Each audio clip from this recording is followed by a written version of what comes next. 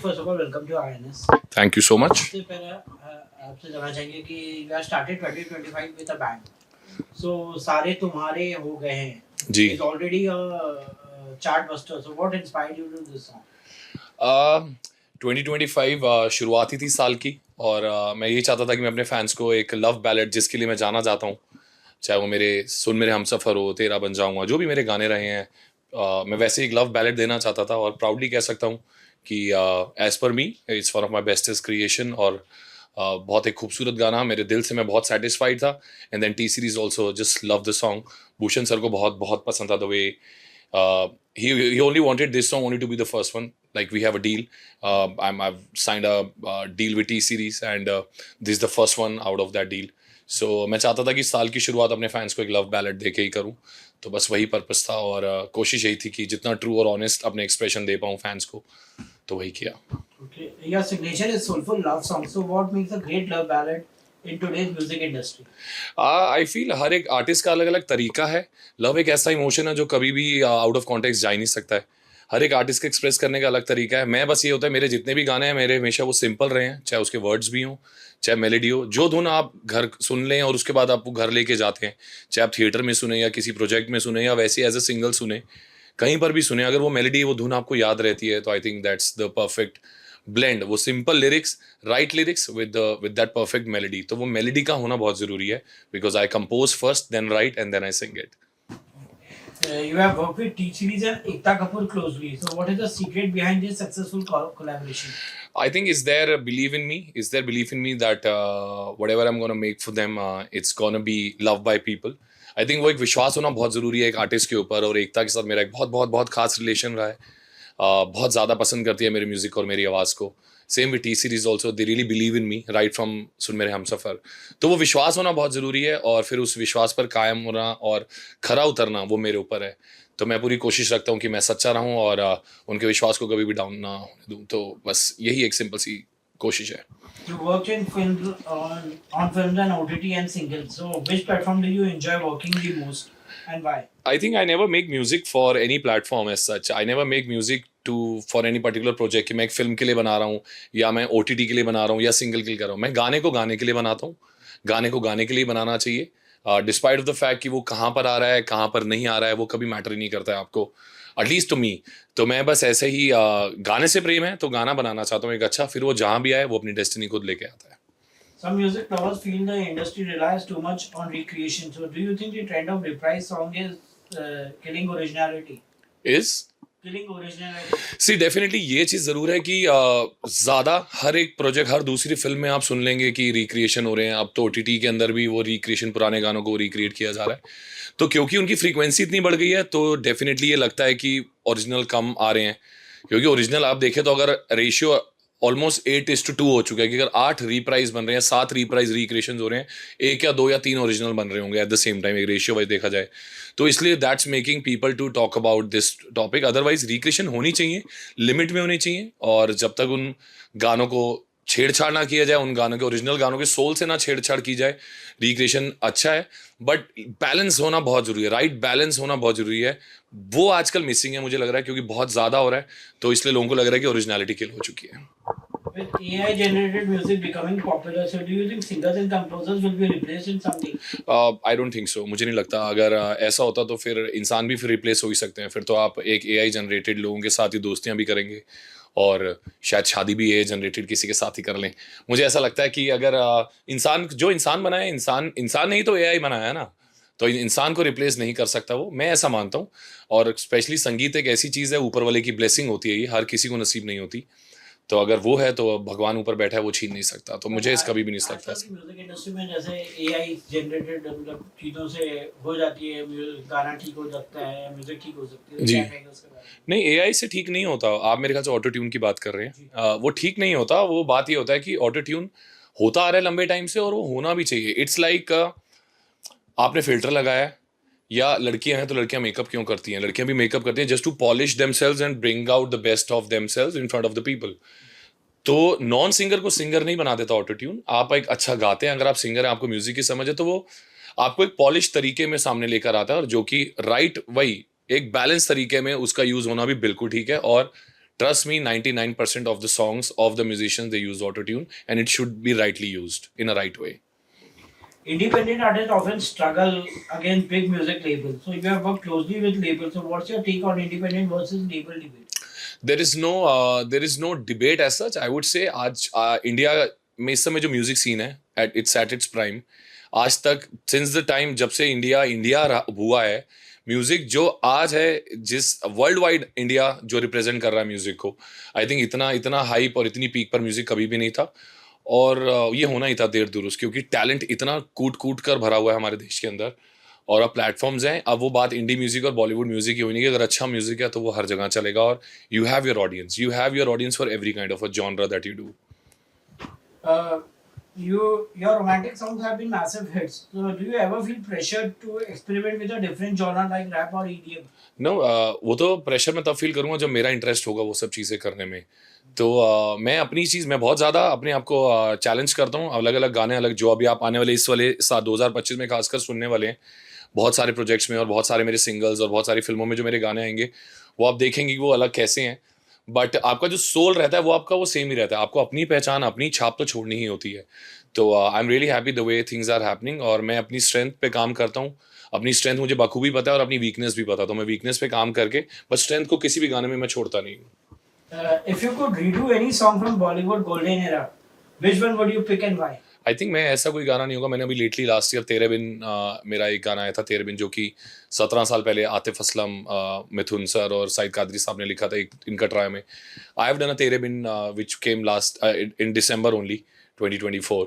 तो वो भी अगर आप गाना सुने, that's my approach of doing it, कि वो गाना बिल्कुल ही अलग था, मेलोडी बिल्कुल अलग रखी मैंने, कॉम्पोजिशन बिल्कुल अलग रखी, लिरिक्स बिल्कुल नहीं रखे, सिर्फ जब हुक लाइन, सिर्फ मैंने तेरे बिन कैसे जिया तेरे बिन, ये हुक लाइन यूज करी। तो that was my way of doing it. But I think I am not someone who would want to recreate more and more songs. I believe in originality, and if I'm good at making original songs, I would just keep doing that. Some fans believe your voice has a Atif Aslam vibe. So do you see that as a compliment or a challenge? I don't think so. I think वो पहले बहुत ज़्यादा बोला जाता था, अब मेरे गानों ने मेरी अपनी आवाज़ पहचान वाइब दे दी है लोगों को। मैं अखिल सचदेवा की आवाज़ लगती है। जब मैं आतिफ के गाने स्टेज पे गाता हूँ, उनके गाने गाता हूँ, तो एक फ्रीक्वेंसी जाके कहीं ना कहीं ज़रूर मैच करती है, और मुझे इसमें कोई शर्म नहीं है। He is a legend and he inspired me a lot.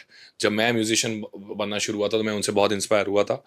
But अब मेरी गानों से मेरी अपनी खुद की आवाज़ और पहचान बनी है, और मैं चाहता हूँ कि ऐसी ही बनी रहे। इनफैक्ट अगर आप जो बात करें, बहुत सारे ऐसे लोग हैं जिनकी आवाज़ बहुत सारे सिंगर से मिलती है, they try to copy them, या उनकी वैसी आवाज़ होती है। I think it takes time is the healer. Time से आप अपनी आवाज़, अपनी इंडिविजुअलिटी बनाते हैं। 2020-24 की बात की जाए तो मतलब बहुत सारे कॉन्सर्ट्स हुए हैं इस साल। इंटरनेशनल आर्टिस्ट भी आके परफॉर्म किए हैं, और जो है यहाँ के आर्टिस्ट ने भी परफॉर्म किए हैं। बट यहाँ के आर्टिस्ट की कंप्लेन ये थी कि मतलब भाई कॉन्सर्ट्स में जो इंफ्रास्ट्रक्चर होता है वो थोड़ा स्ट्रॉन्ग करने की जरूरत है इंडिया में। क्या कहेंगे उसके बारे में? देखिए, मैं तो था नहीं वहाँ पर, मुझे पता नहीं है। तो दिलजीत पाजी ने जैसे, अगर उनको फॉलो हो सकता है उन्होंने कुछ फील किया होगा। But I been closely associated with lot of people who been into the production behind all these concerts. जो एपी ढिल्लों का भी हुआ था, I think AP Dhillon's concert was one of the better managed production wise, जो मुझे भी लगा। तो ऐसा नहीं है, वही to each on its own. Diljit paaji को लगा होगा, उन्होंने वो बोला होगा, बट और किसी ने ऐसे कुछ वो बोला नहीं। तो जब तक मैं उस पोजीशन पे ना हूँ, मेरे साथ ऐसा नहीं हो रहा, तो फिर मैं ऐसा नहीं बोलना चाहूँगा। To each on its own. अच्छा, रिसेंटली एक कॉन्सर्ट में एक और हंगामा हो गया है। जी। मतलब उदित नारायण जी का कॉन्सर्ट था, और जी। फैंस ने उनको गाल पे किस किया, तो उन्होंने उनके लिप्स पे किस कर जी। दिया। क्या कहेंगे उसके बारे में? आपका क्या रिएक्शन है? कितना मतलब आप भी सिंगर हैं, जी। आपके भी फैंस होते हैं, जी। तो लोग जो है कितना ज्यादा पर्सनल हो जाते हैं, और एज एन आर्टिस्ट आपको कितना जरूरी रहता है पर्सनल होना या ना होना? देखिए, इस इंसिडेंट्स के बाद सिर्फ एक ही चीज़ है, आई थिंक एक काफ़ी और ज़्यादा अवेयर कर दिया इन्होंने काफ़ी सिंगर्स, क्योंकि ये दीवानगी तो होती है। फैंस, ये मोमेंट्स आ जाते हैं, बट मैं उनकी साइड नहीं ले रहा, ना मैं उनको गलत ठहरा रहा हूँ।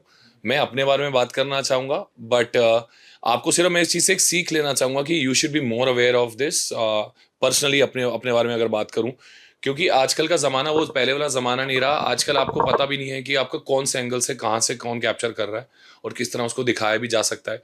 तो बस एक सेल्फ अवेयरनेस आ गई है। बाकी उनके, मैं उदित सर हूँ, वो उस समय क्या फील कर रहे थे, या वो मोमेंट क्या रही होगी, वो कैसे हुआ होगा, वो उनके ऊपर है। I am no one to talk about legend like Udit sir. मैं अपने बारे में सिर्फ बात करना हमेशा पसंद करूँगा। But do you think as artist मतलब उनको थोड़ा केयरफुल रहना चाहिए था? हल्का 100% मैं कह रहा हूँ कि उनको रहना चाहिए ना जी वो मोमेंट में, जैसे वही कह रहा हूँ हमसे भी। आज मैं आपसे बात करते करते मैं अगर यहाँ पर ध्यान दे दूं और कोई कैप्चर ऐसे नोट कर ले और ऐसा दिख, कोई कैमरा ऐसा देख ले कि यहाँ कुछ कहीं और मेरा ध्यान है, वो बात वो नहीं होगी ना। तो वो किस तरह से आपको ये अवेयर रहना होगा कि आजकल की दुनिया सोशल मीडिया की दुनिया हो चुकी है, हर जगह हर किसी के हाथ में फोन है। तो आपको यस इसने ये चीज जरूर करा दिया है कि आपको थोड़ा सेल्फ अवेयर और रहना पड़ेगा, क्योंकि वो लिमिट कहाँ आपको ही नहीं पता चलता। वो मोमेंट में वो वाइब्रेशंस ऐसी होती हैं स्टेज की ओवरऑल कि आपको पता नहीं होता कि किस मोमेंट पे क्या चीज वो हो जाए। तो आपको केयरफुल रहना तो बहुत ज्यादा, आई थिंक सब लोग यही फील कर रहे होंगे। पहले अलका जी को जी जी जी जी जी नोटिस किया था, उसको लेके तो आपको लगता है कहीं ना कहीं सोशल मीडिया कुछ ज्यादा ही मैं वही कह रहा हूँ ना, देखिए वो एक खुश मिजाज इंसान है। उनका अलका जी के साथ कैसा रिलेशन रहा होगा, मतलब हम जब मैं 90s किड, मैंने उन्हीं के गाने सुने हैं, कुमार दा के गाने, कुमार सानू दादा के गाने ही सुने हैं, अलका जी की आवाज़ ही सुनी है। हमें याद है ना उनकी आवाज़, उनकी डिस्टिंक्टिव आवाज़ें याद हैं, यही तो थे जो गाने गाते थे सारे 90s के किड्स तो यही बनेंगे।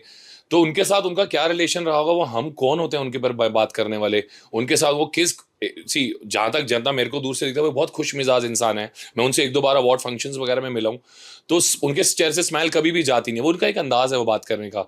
आई एम नो वन टू जज, I think nobody is anybody to जज on anyone else's behaviour और कैरेक्टर। ओके, चलिए थोड़ा फन सेगमेंट क्वेश्चन करते जी। हैं। One song which you wish you had sung first? Which I would have sung first? Yeah. I think मैं चन्ना मेरेया भी बोलूंगा, चन्ना मेरेया में गा सकता था, या फिर तू जाने ना। A singer you would love to collaborate with?